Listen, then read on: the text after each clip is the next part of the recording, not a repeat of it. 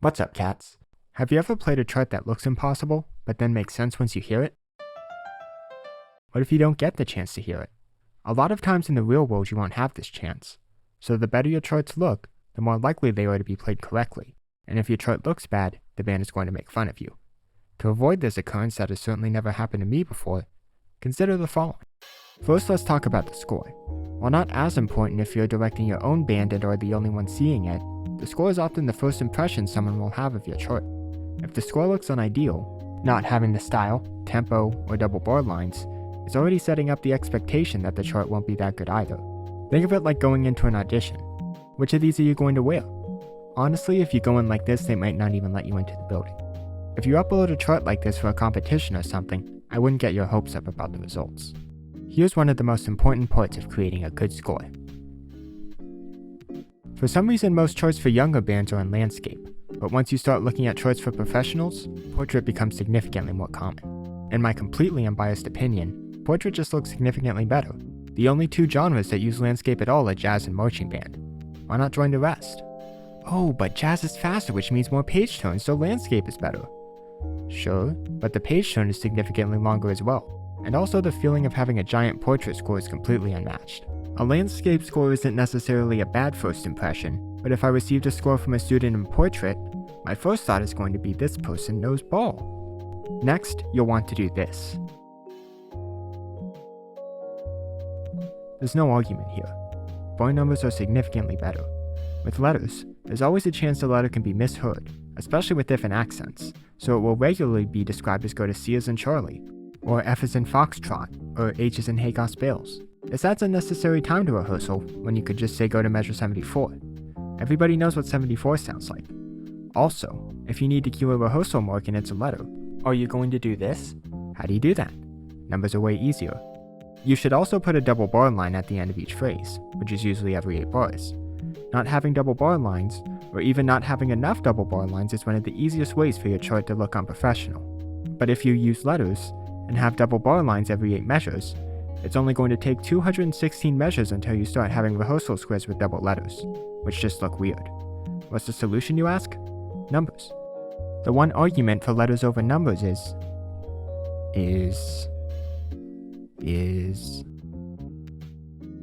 You'll also want to keep the amount of measures to about 4 to 6 a page, depending on how much is going on. If more is happening, the less bars will be on a page.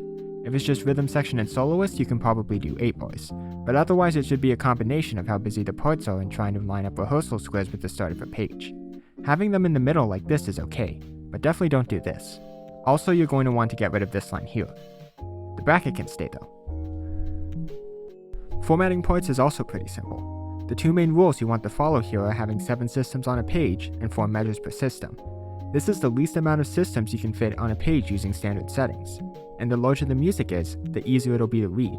While most composition software has this auto break function, I don't recommend using it, as it doesn't account for rests, and if you have even one odd phrase, it no longer works as intended. The one spot where you might run into issues using this method is at the end of the chart. A lot of the time, what will happen is you'll get to the end without having enough systems to fill the entire page, so you're left with the decision of leaving it like this, or trying to remove or add systems to compensate. Altering rests are the easiest way to go about this, as they're the most malleable in terms of how you can format them. This looks fine, and also this looks fine. So you can alter them however you need to fill the last page. Also, when you have a rest followed by notes immediately going into a double bar line, you want to format it like this. You also want there to be as little room for miscommunications in the music as possible. This seems like a no-brainer, but make sure to add the style and tempo. If you just put upswing, there's like 80 BPM of deviation there. Even if it's straight 8s, put something there. Be specific.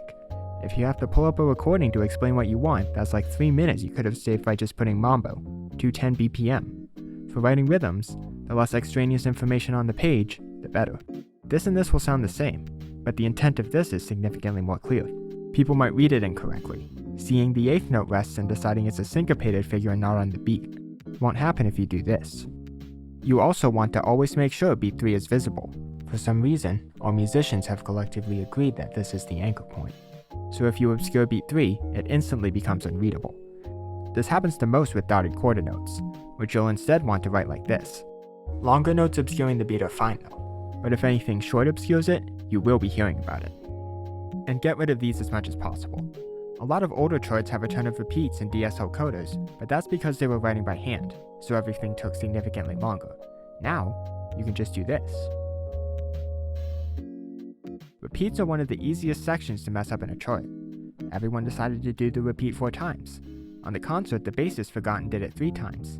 Now he's in a completely different section of the chart. Or a trombonist could forget there's a repeat and play a background super loud while nobody's playing. If you get rid of repeats, you get rid of the possibility for these mistakes. It also keeps you from having to note first time only, or exactly when you want backgrounds to be played, as you can just have the solo section played twice without using repeats. While repeats might still be used for sections with layering backgrounds, there's essentially no reason to use a DSL coder ever, as you can literally just... Especially as more musicians move to reading sheet music on iPads, these just get even worse. While formatting might not seem important, it is often the first thing brought up in any composition lesson. This is because it's the one part of writing that's completely objective, so it's much easier to give commentary on this than any other aspect of the chart. You'll get the same advice from me on formatting that you would from Gary Lindsay, Steve Guerra, or Miho Hazama. But if you were able to get a lesson with Miho Hazama, do you really want to talk about formatting with her? Just format it correctly so you don't spend 30 minutes on the part you can fix in 5.